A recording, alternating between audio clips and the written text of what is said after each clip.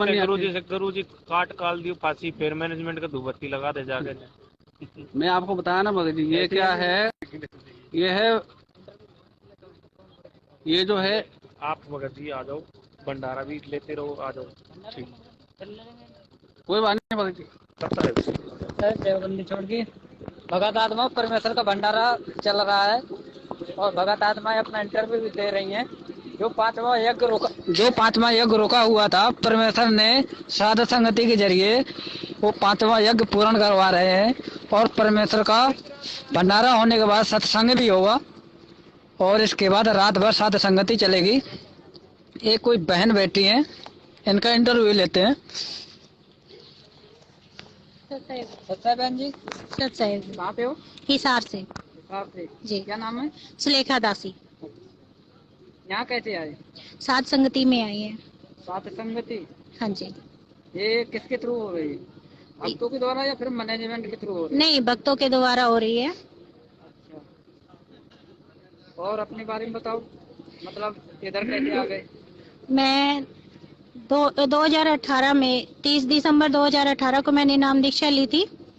उसके बाद मैनेजमेंट वालों के सत्संग वगैरह में जाते थे तो वहाँ पे ज्योति के लिए बोला था, बेटी को दूसरा नाम लेना था। तो उस टाइम बेटी घबरा जाती थी, तो उन्होंने परीक्षा में नहीं वो पास हुए, तो उन्होंने बोला ज्योति लगा दो आप। तो एक ज्योति लगाई, उसके बाद फिर दूसरी बार नहीं हुआ तो फिर उन्होंने बोला कि दूसरी बार लगा दो और सबकी अलग अलग लगेगी। फिर थोड़ा सा दिमाग में हमारे आया कि भाई ये तो अभी इन कमाते वाते तो है नहीं बच्चे, तो ये अपना 10वां हिस्सा कैसे निकालेंगे। तो इस वजह से फिर हमने थोड़ा सा दिमाग लगाया कि भाई नहीं, ये तो ठीक नहीं चल रहा है। फिर कुछ समय बाद हमने वीडियो देखना शुरू किया। वीडियो किसकी देख रहे हैं? पवन भाई की। जी। तो उन्होंने 1-2 बार बोला, जैसे उनसे सवाल किया, तो हमारे पड़ोस में ही है सारना में भगत, उनसे बोला तो उन्होंने बोला कि नामखंड हो जाएगा, तुम मत देखो। तब जो आपको मना कर रहे थे वो जी सारनामी भगत है? जी। तो मना करते रहे, फिर भी हम वही बात है ना, परमात्मा ने जो सही रास्ता है वो तो दिखाना ही दिखाना है। फिर भी मन करता था देखने के लिए, वहीं पे जो भी होता था तो वहीं देखना होता था, क्योंकि उसमें काफी शंकाएं हमारी जो है उनका समाधान हो रहा था। ऐसे करते करते हम देखने लगे, तो उसके बाद फिर हमने साफ साफ बोल दिया कि हम तो देखते हैं। फिर वहाँ से हमारे हिसार से ही कोई कृष्ण भाई है, उन्होंने जब अपना प्रकट दिवस मनाया था अपन ने 8 सितंबर को। उनकी वीडियो देखते रहे। हाँ जी। मैनेजमेंट वाले क्या कहते थे? वो गुरुद्रोही है? वो गुरुद्रोही है, तो उनका मत देखो। वीडियो देखने से क्या लगा, वो गुरुद्रोही है? वो गुरुद्रोही कैसे हैं? वो तो हमें गुरुजियों के जो नियम है उन्हीं पे चला रहे हैं, हमें और दृढ़ बना रहे हैं, तो वो गुरुद्रोही कैसे हो रहे हैं? वैसे गुरुद्रोही की परिभाषा बताओ, क्या होती है?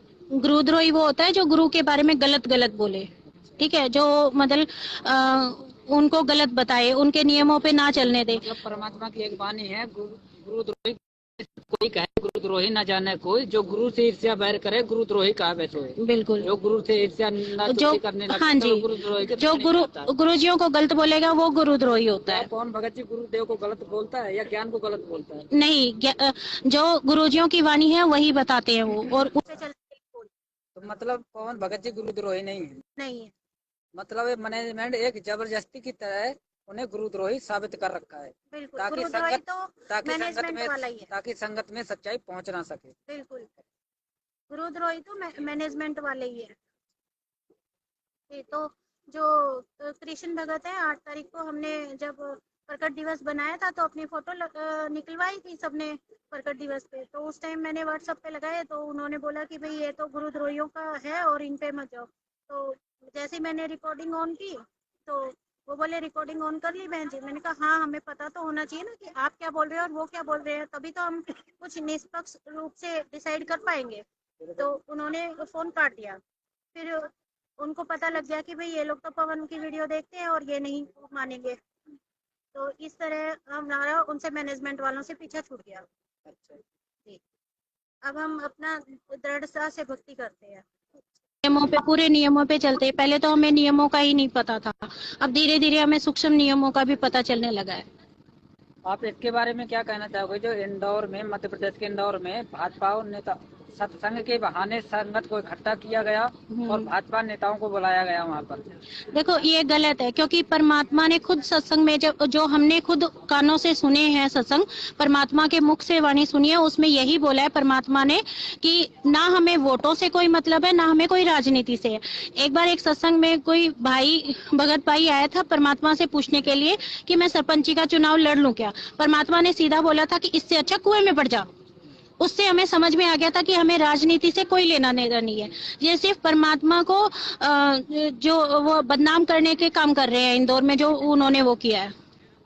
क्या संत रामपाल जी महाराज जो संत रामपाल जी महाराज ने सत्संग सुनाए, क्या परमात्मा अपने सत्संगों के विपरीत आदेश दे सकते हैं? नहीं, बिल्कुल नहीं दे सकते, क्योंकि परमात्मा हमारा सच्चा है, वो दोगला नहीं हो सकता।